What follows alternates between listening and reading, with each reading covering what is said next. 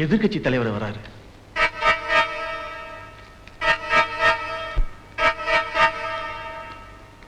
ஆமா, என்ன என்ன பார்க்க திடீர்னு கட்சி ஆபீஸ்க்கு வந்துட்டீங்க? இங்க பாருங்க, நீங்க 6 வருஷம் முதலமைச்சரா இருந்தீங்க, 600 கோடி ரூபாய் சம்பாதிச்சீங்க. எங்க கட்சி ஜெயிச்சு நான் 7 வருஷம் முதலமைச்சரா இருந்தேன், 700 கோடி ரூபாய் சம்பாதிச்சேன். இப்ப நீங்க மறுபடியும் முதலமைச்சரா இருக்கீங்க, எவ்வளவு வேணாலும் சம்பாதிங்க. ஆனா நான் இப்ப என்ன சொல்றேன்னா, ஒண்ணு நீங்க இருக்கணும், இல்ல நான் இருக்கணும். புதுசா ஒரு சக்தி வந்துடக்கூடாது. என்னைய சொல்ற? உடையார் மகனை சொல்றேன். அவனை நீங்க வளர விட்டுட்டீங்க, இப்ப அவன் தலைவன் ஆயிட்டான். முதல் நான் என்ன செய்யணும் அதை சொல்லு. உடையார் பையன் யோசிக்காம உடனே நீங்க அவனை அரெஸ்ட் பண்ணணும். நாட்டுக்கு நல்லது பண்றதுன்னு சொல்லிக்கிட்டு புதுசா எவன் வந்தாலும் சரி, அவனை நாம நசுக்கணும். இதுக்கு நீங்க என்ன நடவடிக்கை எடுத்தாலும் சரி, வெளியே தான் எதிர்த்து குரல் கொடுப்பேன், உள்ளுக்குள்ள ஒத்தாசையா இருப்பேன்.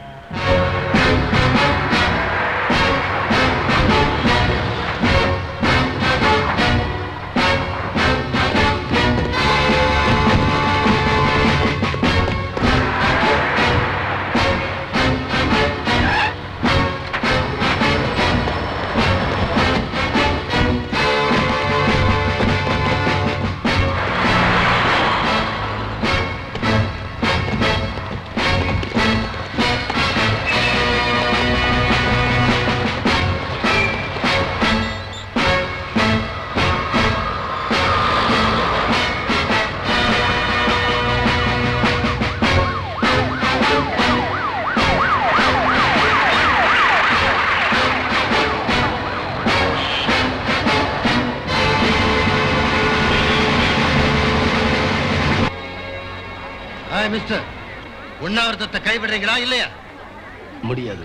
அரெஸ்ட் பண்ணுவோம். விட மாட்டேயா? இதெல்லாம் ரொம்ப கரெக்டா பண்றீங்க. தடியடி நடத்துவோம். நடத்து பாரியா, நடத்து பாரியா.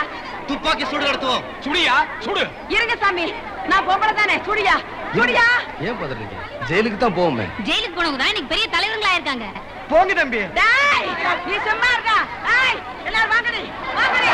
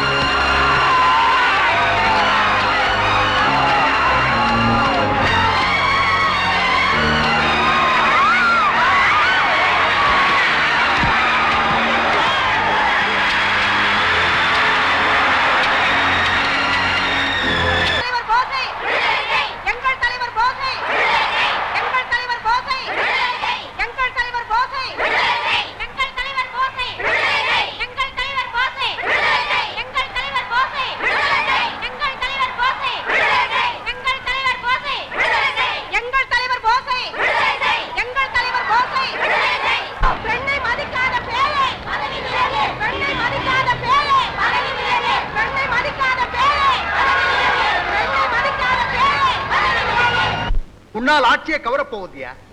கவுந்தது, இனிமே நம்மால் ஆட்சிக்கு வர முடியாது. இத்திரைக்கு காரணம் நீயும் மகனும் தாயா. அரசியல்ல பிள்ளைங்களால தாங்க தொல்லையே. இப்ப என்ன நடந்து போச்சு ஆசைப்படுறீங்க? நம்ம ஆட்சியில் இதுவரை அசிங்கமான விஷயம் நடக்கல, நம்ம அது மூடி மறைக்கல. பொம்பளை விஷயம், பொம்பளை விஷயம். நம்ம ஆட்சிக்கு வந்ததே பொம்பளைக்கு ஓட்டு போட்டுதான். இனிமே ஒரு பொம்பளையும் நமக்கு ஓட்டு போட மாட்டான்.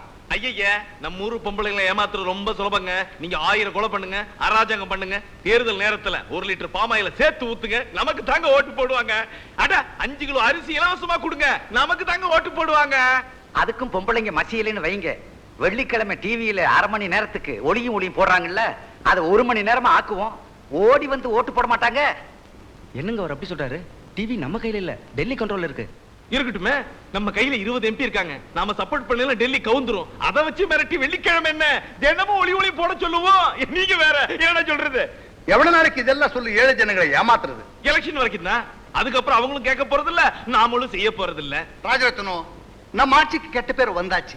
இந்த கெட்ட பேர் மாறணும்னா நீ மந்திரியா இருக்க கூடாது. ஒண்ணு நீயா வெளிக்கிக்கோ, இல்ல நான் டிஸ்மிஸ் பண்ண வேண்டியதா வரோம். பண்ணி பாருங்க. 70 எம்எல்ஏ ஆதரிக்கிறாங்க. ஒட்டு மொத்தமா ராஜினாமா பண்ணிடுவோம். அப்புறம் நீங்க முதலமைச்சரா இருக்க முடியாது. ஜனங்க இந்த ஆட்சியை கவுக்க வேணாம், நானே ஆட்சியை கவுத்துருவேன். ஏயா, உனக்கு கட்சி முக்கியம் இல்ல? இல்ல, எனக்கு பதவிதான் முக்கியம், என் புள்ளதான் முக்கியம், என் குடும்பம் தான் முக்கியம். அப்போ ஆட்சிக்கு வந்தா பரவாயில்லையா? ஆட்சி கவராம இருக்கணும்னா நான் என்ன பண்ணாலும் நீங்க அமைதியா இருக்கணும். நீ எதையாவது பண்ணி தொலை, நான் முதலமைச்சரா இருக்கணும், அவ்வளவுதான். என்னத்த பண்ண போறியா? நாளைக்கு பேப்பரை பாருங்க. மந்திரி என்னை கடத்தவில்லை. திலகவதி MP அறிக்கை. எதிர்க்கட்சிகளின் தூண்டுதலால் எங்கள் ஆட்சியை கவிழ்க்க சில சமூக விரோதிகள் ஊர்வலங்கள், உண்ணாவிரதங்கள் என்று மக்களை தூண்டுகின்றனர். நில்லு, எங்க போற? உன்னை தற்கொலை முயற்சிக்காக அரெஸ்ட் பண்ணிருக்கோம். ஐஜி சார், நீங்க என்ன ஒரு கொலை கேஸுக்கு அரெஸ்ட் பண்ண வேண்டியிருக்கும். வெயிட் பண்ணுங்க.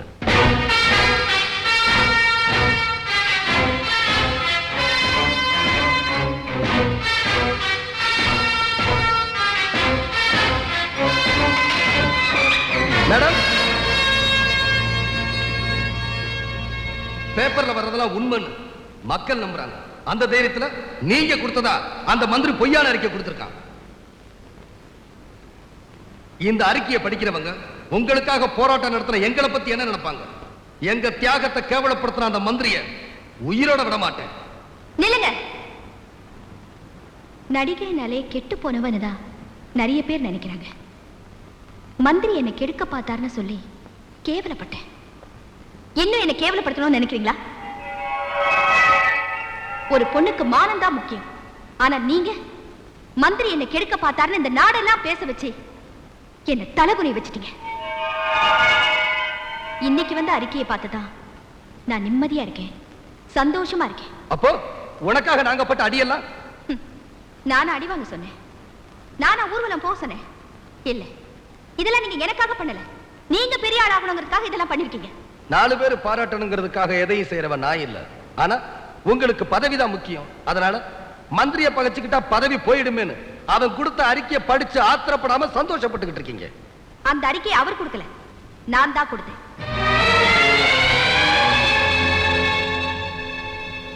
நீ என்ன ஏமாத்தன?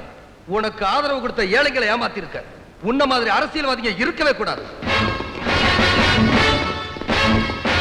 ஆபத்து வராம இருக்க அரசாங்கம் போட்ட பாதுகாப்பு.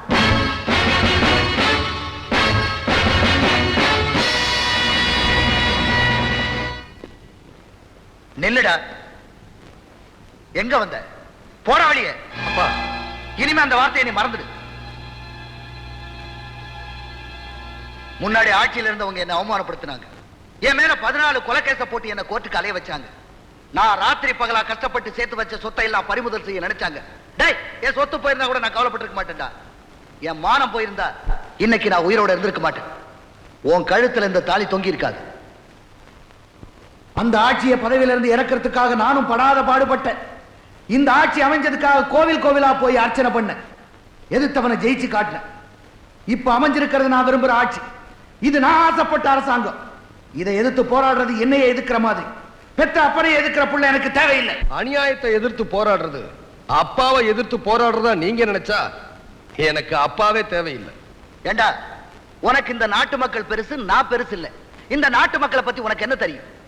நாடு நாடுன்னு நாட்டுக்காகவே உழைச்சார கர்ம வீரர் காமராஜர், அவர் சொந்த தொகுதியான விருதுநகர்ல தோக்கடிச்சாங்க. தமிழ் தமிழ்னு தமிழனுக்காகவே வாழ்ந்தாரே பேரறிஞர் அண்ணா, அவரை காஞ்சிபுரத்துல தோக்கடிச்சாங்க.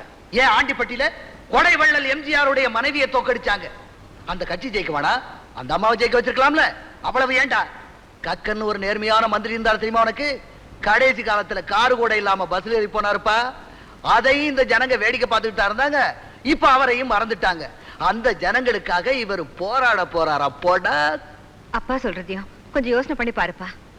இல்லம்மா, தோளுக்கு மேல வளர்ந்த பிள்ளையை தொடக்கூடாதுன்னு சொல்லுவாங்க. என்ன தொட்டு அடிச்சிருந்தா கூட கவலைப்பட்டிருக்க மாட்டேன். போடா வெளியேன்னு சொன்ன பிறகு இனி இந்த வீட்டுல ஒரு நிமிஷம் கூட இருக்க மாட்டேன். அப்படி நீ போயிட்டா உனக்கு பாசம் இல்லைன்னு அர்த்தம். இருந்தா எனக்கு ரோஷம் இல்லைன்னு அர்த்தம். அண்ணே, நானும் கூட வரேன். கால் இல்லாத உனக்கு இவ்வளவு துணிச்சலா? என்ன கால் இல்லையேன்னு இன்னைக்கு தான் கவலைப்படுறேன். இல்லன்னா இன்னைக்கு எவ்வளவு தடுத்தாலும் நான் அண்ணன் கூட தான் போவேன்.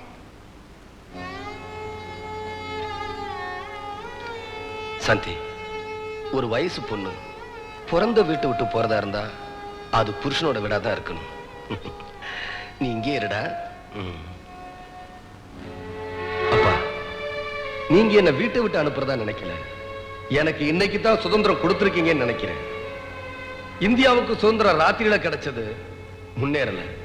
எனக்கு பகல்ல கிடைச்சிருக்கு, முன்னேறி காட்டுறேன்.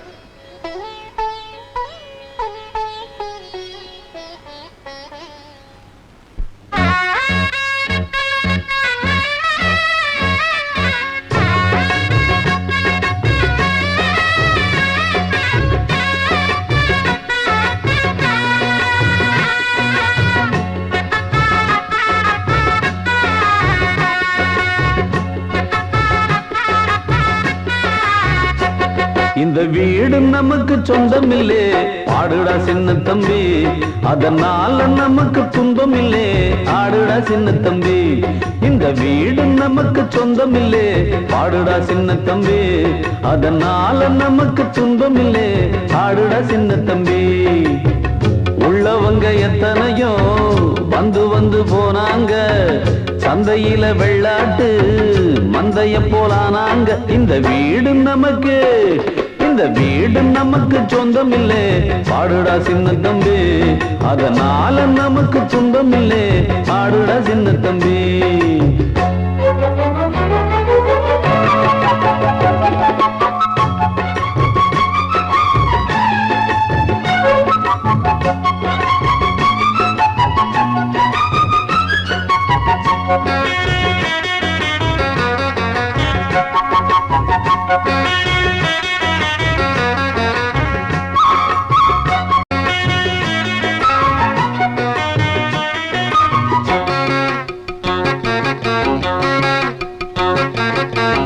என்னாலும் நல்லவர்க்கு ஏழைகளின் மனம் தாண்டா, பொன்னான வீடாகும் அதற்கு எது ஈடாகும். உண்டான செல்வம் எல்லாம் அன்றாடம் வரும் போகும், ஊராரின் வாழ்த்துக்கள் தான் நிலைத்திருக்கும் பொருளாகும். உன்னால முடிந்தவரை பிறருக்காக உழைத்திடு, இல்லாத வறியவர்க்கு இயன்றவரை உதவிடு. கண்ணீரை கண்டவுடன் கைவிரலால் துடைத்திடு, உன் பேரை சரித்திரத்தில் மனிதன் என்று பொறித்திடு. இன்னொருவன் வாழ ஒரு ஏணியை போல் மாறு, உள்ளம் உள்ள உன்னை இங்கு வெல்லுறவன் யாரு? மண்ணில் வாழும் மக்கள் நெஞ்சில் நிற்கும் உந்தன் பேரு. இந்த வீடு நமக்கு, இந்த வீடு நமக்கு சொந்தம் இல்லே, பாடுடா சின்ன தம்பி. அதனால நமக்கு துன்பம் இல்லே, பாடுடா சின்ன தம்பி.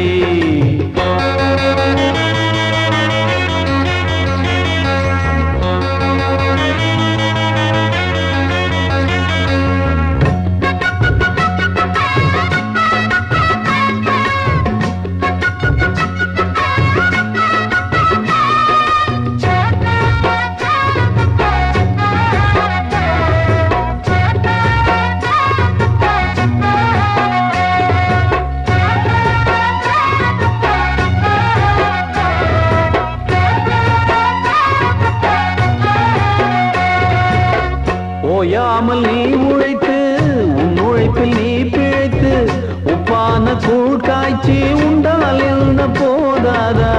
முன்னாடி வேர்வையிலே முக்குளிக்கும் பேர்களுக்கு பின்னாடி காலம் ஒன்று பொன்னை போல வாராதா?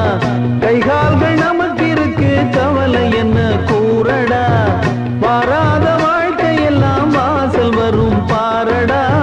குப்பத்தில் நீ இருந்தால் குறைச்சல் என்று ஆகுமா?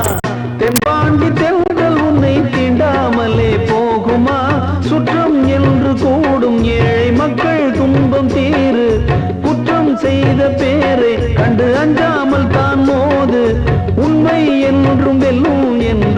சத்தம் போட்டு பாடு. இந்த வீடு நமக்கு, இந்த வீடு நமக்கு சொந்தமில்லை, பாடுடா சின்ன தம்பி. அதனால நமக்கு துன்பமில்லை, பாடுடா சின்ன தம்பி. இந்த வீடு நமக்கு சொந்தமில்லை, பாடுடா சின்ன தம்பி. அதனால நமக்கு துன்பமில்லை, பாடுடா சின்ன தம்பி. உள்ளவங்க எத்தனையோ வந்து வந்து போனாங்க, சந்தையில வெள்ளாட்டு மந்தைய போலானாங்க. இந்த வீடு நமக்கு, இந்த வீடு நமக்கு சொந்தமில்லை, பாடுடா சின்ன தம்பி. அதனால நமக்கு துன்பமில்லை, பாடுடா சின்ன தம்பி.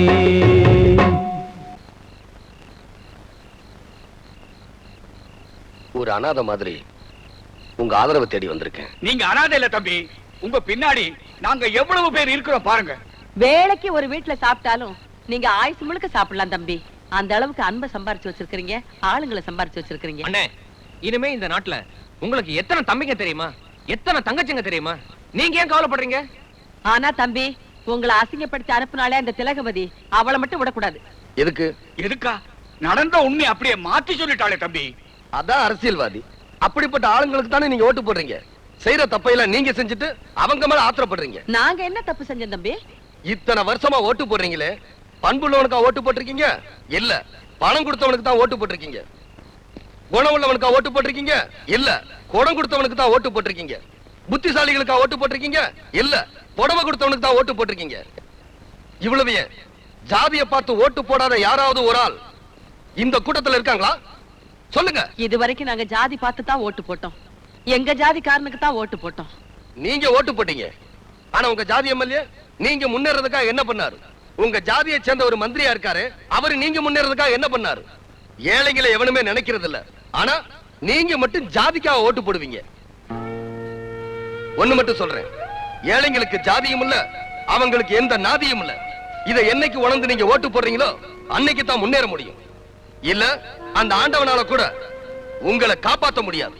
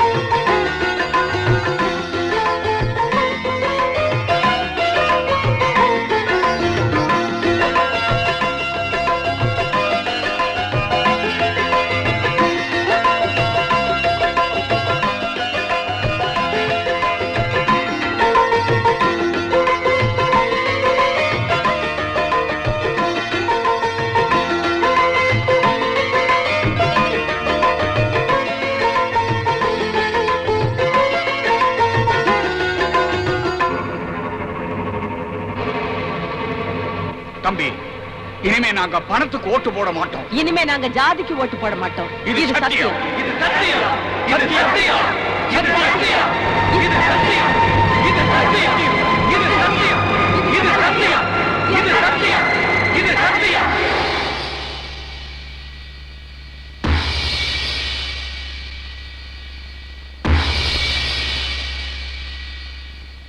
ஜாதி பேரை சொல்லி ஜனங்களை ஏமாத்தி 20 வருஷமா எம்எல்ஏ இருந்துட்டு இருக்கீங்க. அதுக்கு இப்ப ஆபத்து வந்துருச்சு. உடையார் மகன் உங்களுக்கு ஒலை வச்சுட்டான். இனி நீங்க சட்டசபைக்கு போகவே முடியாது. வேடிக்கை பார்க்க வேணும்னா போகலாம். ஏயா ராஜாத்தனம், நான் பார்க்க அரசியல் கொண்டவனி எனக்கே பயகாட்டுறியா? அரசியல்வாதி கிட்ட மோதனா அந்த ஆண்டவன் கூட தோத்துருவான். உடையார் பையனை கிழிச்சிருவானா? கிழிச்சிருவானா? கிழிச்சிட்டாங்க. உங்க தொகுதி மட்டும் இல்ல, எந்த தொகுதி மக்களையும் நீங்க ஏமாத்த முடியாது. கற்பூரத்தை கொளுத்தி சத்தியம் பண்ணிட்டானுங்க. ஜாதி பேரை சொல்லி எவன் ஓட்டு கேட்டாலும் ஜனங்க போட மாட்டாங்க. யோ, அவனை பார்த்து நீ பயப்படலாம், உங்க கட்சிக்காரன் பயப்படலாம், உங்க கவர்மெண்ட் பயப்படலாம். நான் பயப்பட மாட்டேன். என் பின்னால என் ஜாதிக்காரங்க 60 லட்சம் பேர் இருக்காங்க. கண்ணை கட்டிட்டு கிணத்துல விழுறான்னு நான் சொன்னா என் ஜாதிக்காரன் விழுவான். நீங்க அவங்க கண்ணை கட்டி வச்சிருந்தீங்க, கிணத்துல விழுந்தாங்க. ஆனா இப்போ அவன் வந்து கண்ணை திறந்துட்டான். என்ன பண்ண போறீங்க? இப்ப கிணத்துல விழுன்னு சொன்னா விழ மாட்டானுங்க, உங்களை பிடிச்சி கிணத்துல தள்ளி விட்டுருவானுங்க. என் ஜாதிக்காரனுக்கு நான் கடவுள் மாதிரியா? என்ன பண்றேன் பாத்து.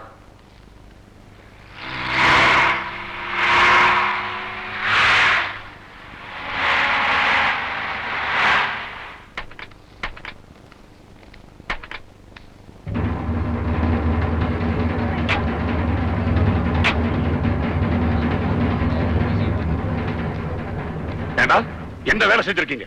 நீங்க செஞ்ச காரியத்தால ஒரு அரசாங்கம் ஆடிட்டு இருக்கு. தேவையில்லாம திலகவதியை தேடி போய் அது இப்ப எவ்வளவு பெரிய சிக்கலாயிடுச்சு பாத்தீங்களா? நான் என்ன செத்தா போயிட்டேன். உங்களுக்கு தண்ணி வசதி வேணும்னா என்கிட்ட சொல்ல வேண்டியதானே? நீங்க தான் இங்க வரதே இல்லையே. ஐயரே, நீ பேசாம இரு. ஏயா, தேர்தல் நேரத்துல ஐயருடைய ஓட்டு வேணும், பாக்கிய நேரத்துல ஐயர் வாயை மூடிட்டு இருக்கணுமா? போயா. ஏய் நாகமா, பொம்பளையா லட்சணமா வீட்டுல அடங்கி கிடக்காம போராட்டம் வேண்டி கிடக்கு. போராட்டம் நீங்க போராட்டம் நடத்தினா மட்டும் தாய் குலமே புலி மாதிரி வா, புயல் மாதிரி வான்னு கூப்பிடுவீங்க. நாங்க ஒடியாரணும். உங்களுக்கு எங்கயாவது இடிக்குதுன்னா மட்டும் நாங்க பொம்பளைங்களா வீட்டுக்குள்ளாரே அடக்கமா குந்திக்கணுமா? ஏன் என்னத்துக்கு? ஐயாவோட பேச்சுக்கு மறு பேச்சு பேசாது. நீங்க இவ்வளவு பேசுறீங்க. நம்ம ஜாதி ஆளுங்களுக்கு புத்தி கெட்டு போச்சா? ஆமாய்யா, இம்மா நாளும் புத்தி கெட்டு போய் தான் இருந்துச்சு. போஸ் தம்பி வந்து புத்தி எல்லாம் சரியாக்கிடுச்சு. 20 வருஷமா உங்களுக்காக கூட சென்ன விட புதுசா வந்தவங்க. அவரை பத்தி தப்பா பேசுற தலையை சீவிடுவேன். ஏய், என் தலைவரையோ தப்பா பேசுற? டேய், கார்ல இருக்கிற அறிவாளரா, இவன் தலைய நான் வெட்டுறேன்.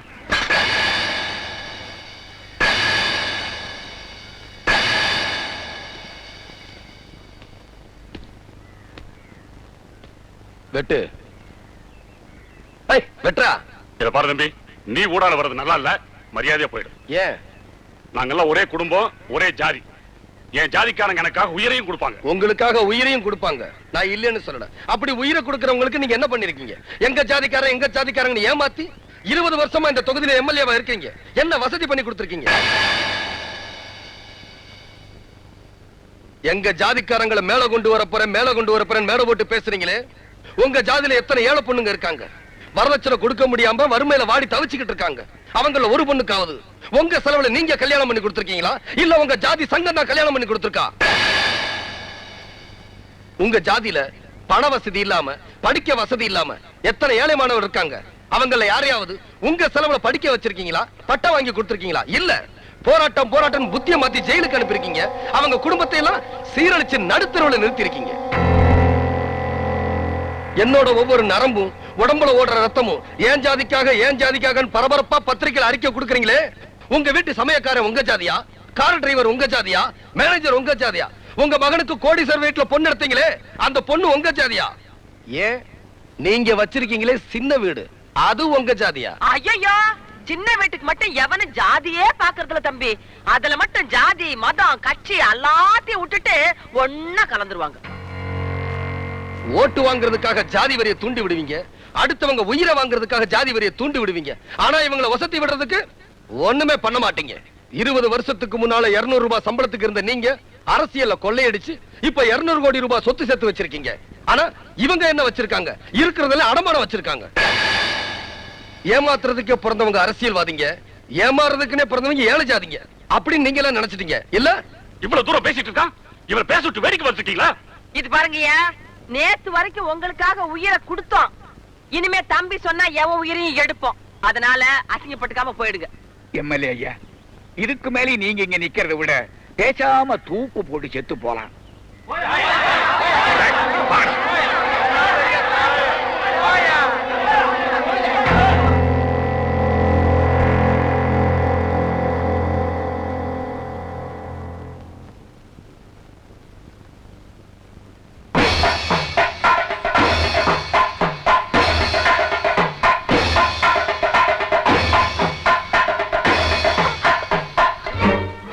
எதுக்காக விழ போற? மாமனத்தான் கட்டிக்குவேன் அடம் பிடிச்சா முடியாதுன்னு சொல்லி வேற மாப்பிள்ள பார்த்து அவங்களையும் வர சொல்லிட்டேன். இந்த நேரத்துல போய் இப்படி பண்ணிட்டாள தம்பி. ஐயா, உங்க பொண்ணு மாமன் மேல உசுரா இருக்கிறப்போ நீங்க வேற மாப்பிள்ள பார்த்தது தப்பு. நீங்க மாமனே கட்டி வைங்க. அது எப்படி தம்பி முடியும்? அவன் ஒரு கொலை பண்ணிட்டு ஜெயில இருக்கானே தம்பி. என் மாமா எதுக்காக ஜெயில இருக்காரு?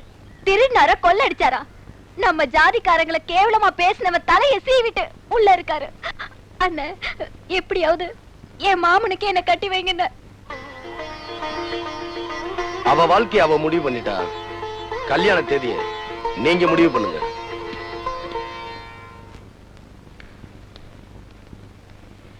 இப்ப அந்த உடையார் மகன் எங்க இருக்கான்னு எனக்கு தெரிஞ்சாகணும். 6 மாசத்துக்கு முன்னால நடந்த ஜாதி கலவரத்துல நீங்க தூண்டி விட்டு அடுத்த ஜாதிக்காரனை வெட்டிட்டு ஜெயிலுக்கு போனானே நம்ம ஜாதிக்காரன், அவனை பரோல்ல கூட்டு வந்து கல்யாணம் பண்ணி வைக்க ஏற்பாடு பண்ணிட்டு இருக்கான் உடையார் மகன். பரோல்ல விட்டு வர போறானா? அவன் எப்ப வெளியில வந்தாலும் பதிலுக்கு அவன் தலையை செய்வதற்கு அடுத்த ஜாதிக்கார காத்துக்கிட்டு இருக்காங்க. போலீஸ் பாதுகாப்போட அவன் இந்த கல்யாணத்தை நடத்தி வைக்க போறானா?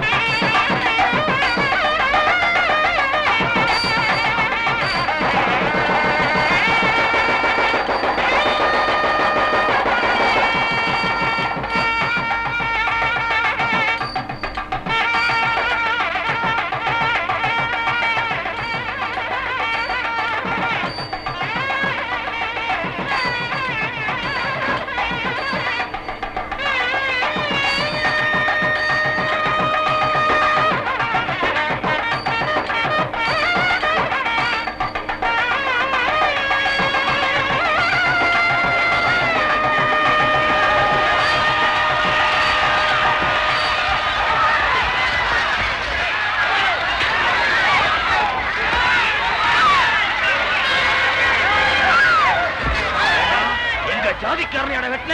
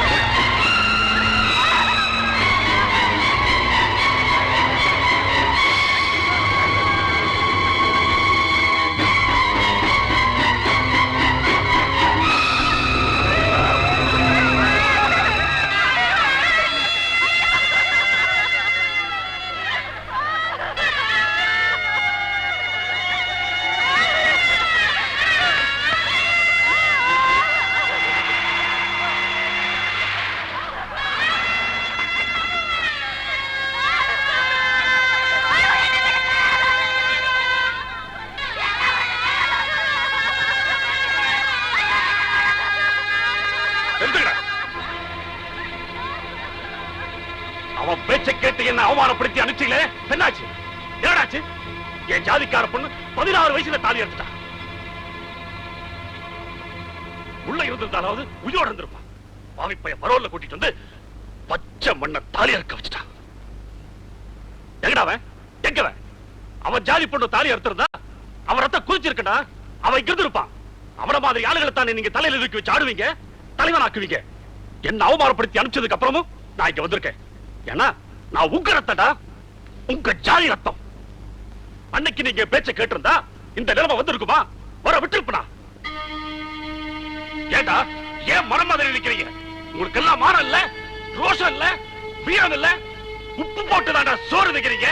இந்நேரம் அவன் ஜாதிக்காரனோட 1000 தலை உருண்டு இருக்க வேணாம், 1000 பொண்ணுங்க தாலி அறுந்திருக்க வேணாம்.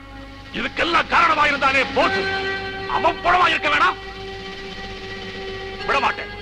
என் சொத்தை அழிஞ்சாலும் சரி, என் தலை உருண்டாலும் சரி, என் ஜாதி அடிய நான் விட மாட்டேன். அருவாட நான் இருப்பேன். என் ஜாதிக்காரனை விட்டவனை நானே வெட்டுவேன். நீங்க எல்லாம் நம்ம ஜாதிக்காரனுக்கு பிறந்தது சத்தியம்னா என்னோட மகன் இல்ல எடுத்து போங்க. இறங்குங்க ஐயா. நீங்க சொன்னது 100க்கு 100 உண்மையா. நீங்களே கையில அருவாளை எடுக்கிறேன்னு சொன்னதுக்கு அப்புறம் நாங்க எடுக்கலைன்னா நம்ம ஜாதிக்காரனுக்கு நாங்க பிறக்கலையா. இதுக்கெல்லாம் காரணமா இருந்தானே அவன் தலை மண்ணுல உருண்டதுக்கு அப்புறம் தான் இந்த பணத்தை மண்ணுக்குள்ள பறக்கணும். ஆமா,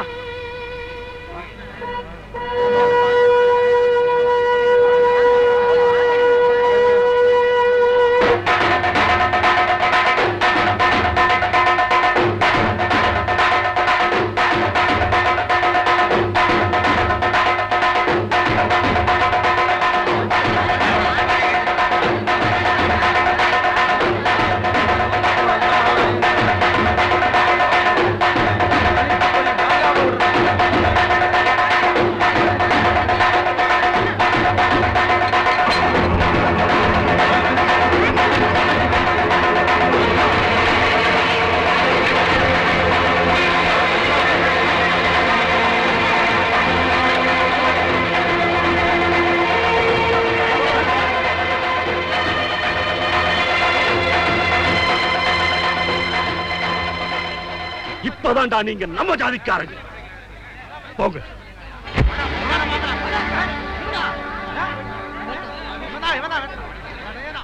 போறதுக்கு முன்னாடி இவன் யாருன்னு தெரிஞ்சுட்டு போங்க. வெட்டினது யாரு? நான் தான். ஏய், வெட்ட சொன்னது யாரா? சொல்றா.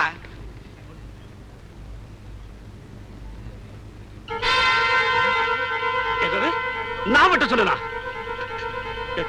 ஏடா நான் விட்டு சொன்னா? ஏன் ஜாதிக்காரன் நான் விட்டு சொன்னா? இவன் அப்படி சொல்ல சொன்னா? நீ இவாளா? ஏடா ஒன்னா இருக்கிற எங்க ஜாதியை உடைக்க வந்திருக்கியா? நாங்க ஒன்னா இருக்கணும்னா நீ உயிரோடு இருக்க கூடாது. அருவாளா என்ன அருவாளா?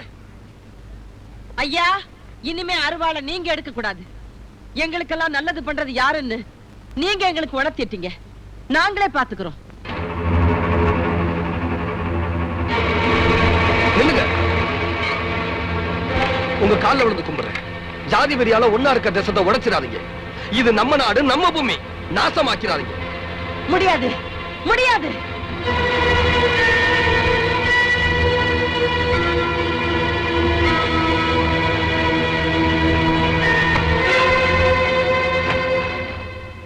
ஏண்டா, ஒன்னா இருந்த எங்களை எல்லாம் அழிக்கிறதுக்கு உனக்கு சாதிதான் கிடைச்சதா?